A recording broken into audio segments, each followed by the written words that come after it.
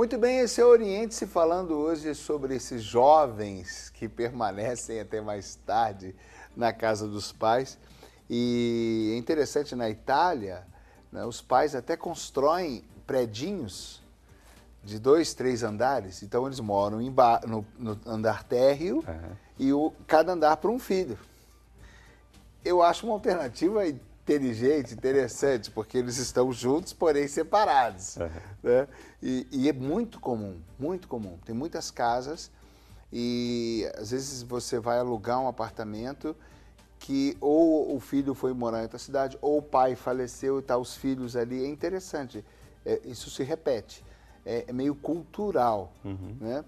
Por exemplo, você falou da casa própria, Reginaldo. No Brasil se tem muito essa cultura, né? Se instalou uma cultura, creio que de tanta propaganda, tantas décadas, de ter que ter a casa própria. Parece que é um pecado você pagar aluguel. Né? E interessante que então tem circunstâncias aí que vão acabar sendo metas que, na verdade, a pessoa é fruto dessa cultura, colocou como meta porque ao redor dele todo mundo faz assim. Exatamente. Né? Não que seja necessariamente um foco para a vida de todo mundo. Né? Exatamente. A gente tem que lembrar que esse jovem que está ficando em casa, né, que está querendo essa casa própria, está querendo crescer profissionalmente e tudo mais, ele tende a desenvolver as competências profissionais dele e talvez até a independência financeira mais facilmente. Mas a gente vai entrar no outro lado que talvez a questão emocional dele não está sendo preparada, não está sendo desenvolvida bem. Né? Uma pessoa que não está ficando responsável para pagar algumas contas, não está sendo colocada para alguns desafios, não está cuidando de filhos, então emocionalmente ela não está se amadurecendo. Porque né? vamos falar aqui da beleza da vida, né? Nós somos seres competentíssimos, né? Diferente dos animais. O Senhor nos constituiu para crescer e dominar. Nos deu habilidades, nos deu inteligência, nos deu uma semelhança a Ele no sentido de criar também e recriar e administrar as situações. Então a gente começa a ver subsistência, a gente começa a se relacionar, a gente começa a ter amizades, a gente tem situações, as situações são todas ao mesmo tempo, são simultâneas. Nós somos habilidosos para ir lidando com tudo, não é, padre? A gente vai viver, a vida é uma riqueza. Eu temo que algumas pessoas cuidem só da horta, só da horta, só da horta, só da horta, só da horta. E o resto, né? E eu vejo assim muitas pessoas, por exemplo, às vezes algumas meninas comentam, né? Eu queria casar, eu queria casar. E às vezes eu brinco com algumas, né? Porque já estão com 30 e tantos e não casaram ainda. Mas se você, desculpa, se você for conversar com calma, ela foi muito seletiva, ela foi muito exigente. Ou às vezes teve uma época que ela focou só no estudo. Então, deixa eu fazer a comparação de novo. A pessoa está aqui só cuidando da horta, na subsistência, e está passando aqui o amor da vida dela, aquele que poderia ser o companheiro. Né, padre? Está passando algumas coisas. E ela, aí quando ela fala, bom, agora eu quero, já foi. Porque é interessante, existe um caminho que eu acredito natural, né, padre? O caminho natural.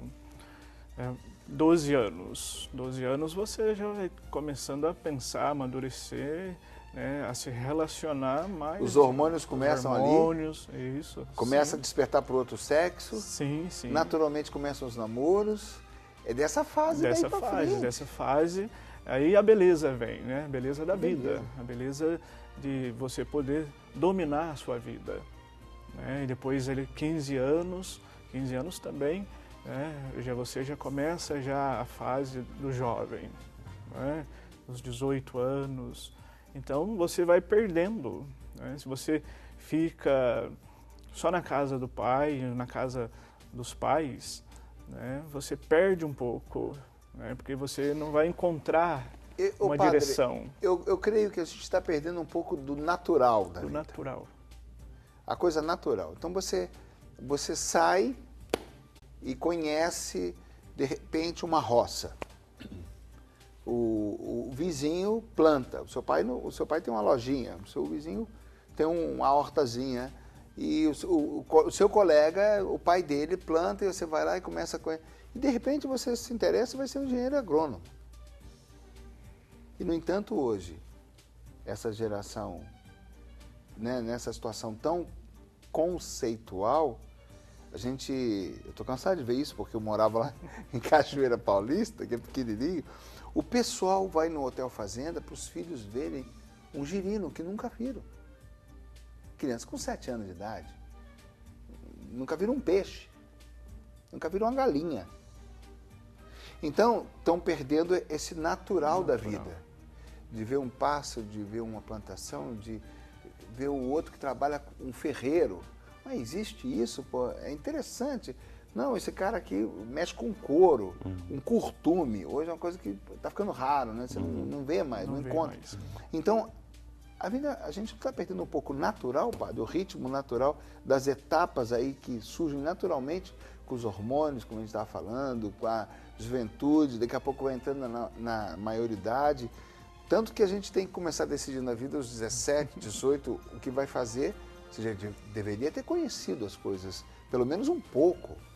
Sim, sim, porque você estando até mesmo na casa dos pais, ali, ou a mãe, ela sempre vai falar alguma coisa, ela vai delinear, né? Você hoje faz isso, você amanhã faz aquilo.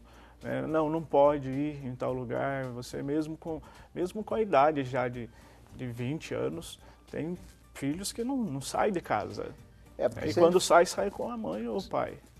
Se a gente for pensar nessa situação, né, que é o tema de hoje, é uma situação, não é nem só do Brasil, né?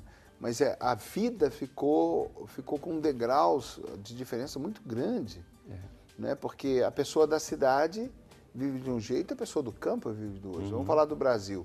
Então você vai no interior, as pessoas não têm internet. Metade da população, até pouco tempo, menos da metade da população usava internet. Parece um absurdo pra gente. Que isso? Mas como? Mas é verdade. 50 a 60 milhões, somos quase 200 milhões. Sei que tem as crianças, tudo bem, mas pondera. Né? As pessoas ainda usam uma TV parabólica. Mas ainda tem gente que não tem TV por assinatura aos montes. Então, se você vai no interior, a pessoa está andando de bicicleta, comprando na mercearia da esquina. Ainda é assim. E aqui na capital, as pessoas estão estudando, não saem de casa e vendo o MBA, vendo não sei o quê. Então, é uma lacuna, um degrau muito grande que a sociedade deixou aí, e as pessoas estão... Muita gente está deixando de conhecer o natural e muita gente não está saindo da roça mais. Não é, Reginaldo? Eu penso bastante aí na questão do mundo contemporâneo, desculpa, ligado à tecnologia atual, né? Quer dizer, a entrada do celular na vida das pessoas, a entrada dos videogames, a entrada das redes sociais e da internet. Hoje você pode assistir uma série, baixar a série inteira de televisão e assistir no final de semana uma temporada inteira. Ou seja, você não tem mais que esperar. Que entra a tolerância à frustração, você não precisa esperar. Você baixa toda ela e assiste ela inteira, né? 10, 12 horas ao dia. Então, a pessoa que se acostumar com isso, fica difícil. Porque não, e as pessoas estão se acostumando porque é fácil ter essa informação. É fácil, de alguma maneira, você não precisa mais esperar mais. Você tem acesso facilmente, né? Aliás, uma das coisas que eu tenho mais aprendido na idade adulta, madura, é a capacidade de esperar. E esse é um ponto relacionado a esse adulto jovem que a gente está falando, né? Ele não tem essa habilidade, ele não sabe esperar, ele não tem tolerância à frustração, né? É por isso que emocionalmente ele não está preparado para a vida. Traduz para a gente, tolerância à frustração que você se refere. Ele não sabe lidar com perdas, ele não sabe lidar com fracasso, às vezes ele não sabe lidar com crítica. Por exemplo, esse jovem de 33, 34 anos, ele quer se tornar o diretor da empresa em um curto espaço de tempo. Se ele não se torna, ele fica agressivo, ele fica irritado, né? Então, vira uma espécie de obsessão. Não sei se a palavra ideal é essa, uma paranoia, uma obsessão. É essa a minha meta. E Uma coisa é você buscar uma meta, mas a gente compra essa ideia de uma forma que ela deixa de ser uma meta e passa a ser um patrimônio que já é meu, que eu vou conquistar custe o que já virou obsessão, já virou uma paranoia, já virou um negócio que eu vou ter que atingir, passo por cima de qualquer coisa, porque eu estou a vida inteira focado nisso. Eu chamaria isso, Lércio, de vaidade. Nós vivemos num mundo contemporâneo, ligado à mídia, em que o tempo inteiro você tem que ser o vencedor, você tem que ser a pessoa bem-sucedida, você tem que ganhar muito dinheiro, né? Então, o capitalismo e esse mundo contemporâneo, ele faz isso com jovens, não é? Você só vai ser alguém na vida se você tiver muito dinheiro. A televisão mostra, você só vai ser uma pessoa fantástica se você tiver aquele carro X, não é? Então, o jovem ele vai comprando essas ideias como ideias reais, como ideias verdadeiras de valores, né? E aí o que acontece é que, sem ele perceber, ele quer ser o centro do universo o tempo todo, né? Só que esse centro do universo era para ser com 13, 14 anos. Só que ele está com 33, 34, ele quer ser o centro do universo. Tá, né? Então existe uma idade emocional para isso? Quando você fala de 13, 14 anos, é o período adequado onde a pessoa está empolgada e achando que o mundo todo está nas suas mãos? Eu acho que essa fase aí do início da puberdade, né, do início da adolescência, em geral, esse adolescente, ele abaixa a autoestima dele, tá? Ele deixou de ser criança, ele vê lá para frente o mundo de adulto, ele não tem habilidade para lidar com o mundo adulto, e aquelas habilidades de criança ele não quer ter mais, porque ele não quer mais aquele mundo. Mas e aquele aspecto do super-herói? E aquele aspecto da aventura? Isso. E aquele aspecto do... Exatamente. Então, Deixa que eu arrebento. Nessa fase aí, Lércio, esse adolescente ele quer se autoafirmar. Essa forma de se autoafirmar é uma forma dele ganhar a individualidade dele, a autonomia dele. E é a hora que ele começa a criticar os pais, ele começa a ficar bom no discurso, não é? Então, esse momento é um momento vaidoso do jovem, mas é necessário ele passar por isso. É isso que você disse que o jovem está vivendo aos 30 anos. Até os 30 e poucos anos, exatamente. Né? Alguma coisa está errada, padre. Mas sim. E as coisas simples e de responsabilidade, eles não conseguem fazer. Então, eles conseguem fazer tudo na internet, nos estudos, essa obsessão, mas pede para ir no banco. Que envolve tolerância e frustração. Esperar, aguardar. Exatamente. E muitos jovens não sabem nem pagar uma conta no banco. Mexer com o cartão do banco. Né? Fazer as coisas simples da vida. Olha, eu vou falar uma coisa que pode parecer uma aberração, mas eu penso que é mais ou menos assim. Se compra uma ideia que nos foi vendida e se vive aquela ideia. Não se tem critério. O jovem está fazendo mais pelo que lhe foi colocado. É assim, é essa a meta, é assim que você vai ser vencedor. Então ele não faz escolhas. Porque o senhor tocou num ponto muito importante, que é essa coisa da escolha, né? Eu ainda vou no banco. E eu tenho amigos que falam, mas como você ainda vai no banco? Eu vou no banco. E faz parte porque eu vejo algumas vantagens e algumas desvantagens. Mas as minhas vantagens são mais como pessoa. Onde eu vou passar, o que eu tenho que fazer, aproveito para caminhar. Então, em vez de eu ficar mais tempo sentado no sofá, porque já fiz pela internet, por exemplo, eu faço como uma opção. Sim. Essa questão de fazer a opção, acabou, porque... Não, assunto encerrado, faz pela internet. Acabou, é assim que se faz. Entendeu o que eu quero dizer? Olha, eu até derrubei aqui. Acabou, é assim a fórmula. Então, o jovem compra essa fórmula e não tem o critério. Então, essas coisas, padre, que o senhor citou, tão simples. Nas coisas simples, ele não sabe mais decidir, nem decidir. Nem decidir. E a maior parte nem passou a conhecer, né? Porque aí a mãe fez tudo, precisou de um remédio, a mãe vai lá na farmácia. Precisa de uma roupa, muitas das vezes, a mãe vai lá e compra a roupa. As meninas não sabem mais fazer arroz. Sim, não sabe cozinhar. Não sabe cozinhar. Não sabe fritar um ovo, não sabe passar uma camisa. Eu não estou falando que seja um trabalho só feminino, né? né? Eu venho para o programa e muitas vezes eu passo, aí as meninas falam, não, deixa que eu passo. Não, eu gosto, porque eu nunca faço, deixa eu fazer, deixa eu ver como é que é. A gente tem que ter um pouco disso às vezes, a gente nem sempre tem tempo, né? Mas me parece que as pessoas se fecham, entendeu o que quis dizer? Num corredor, aqui na horta, e estão perdendo toda uma história, porque o mundo está girando. De alguma maneira, o mundo atual ele é um mundo mais imediatista, em que as pessoas fazem de tudo para ter prazer, satisfação, e não pensam a médio e longo prazo o que isso vai dar.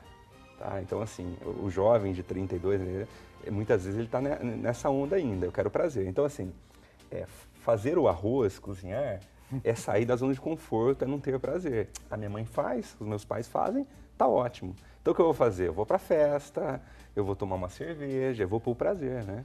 Então, o mundo atual, ele está um mundo muito imediatista, ele está muito ligado aos prazeres, a todos os tipos de prazeres, né? E aí, a questão de lidar com a dor, as pessoas ficam intolerantes ao mínimo de dor que tem, né? Então, pegar uma fila é muita dor, é muito sacrifício, é o mínimo, né? Sacrifício.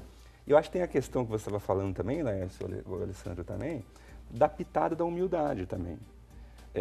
Eles não querem a pitada de humildade. Gente, quem está falando é o psicólogo, não é o padre, não. É o psicólogo. Fala, psicólogo. É porque a humildade está nas coisas simples, né?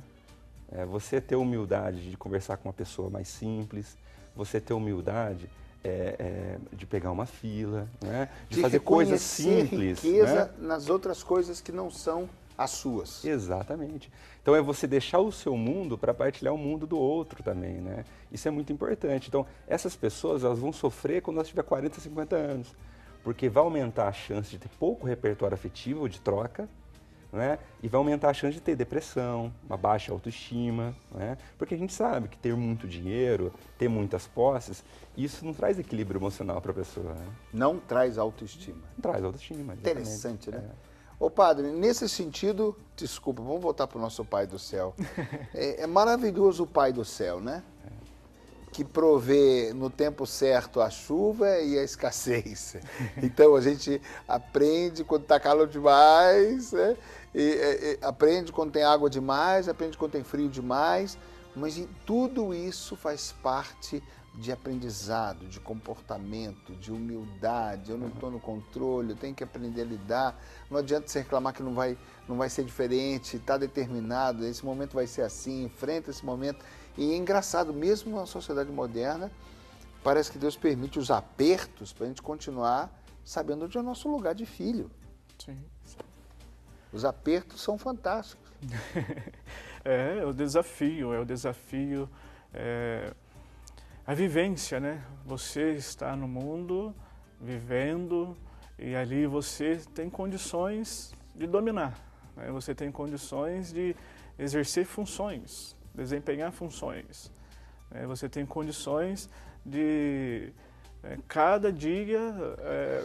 Mesmo com uma mãe que o senhor citou aí, a mãe que determina o que você vai fazer, você aprender a lidar com essa mãe. Com essa mãe, com essa situação. Aprender a lidar até onde obedece, a conversar, mãe, mas isso aqui eu não gosto.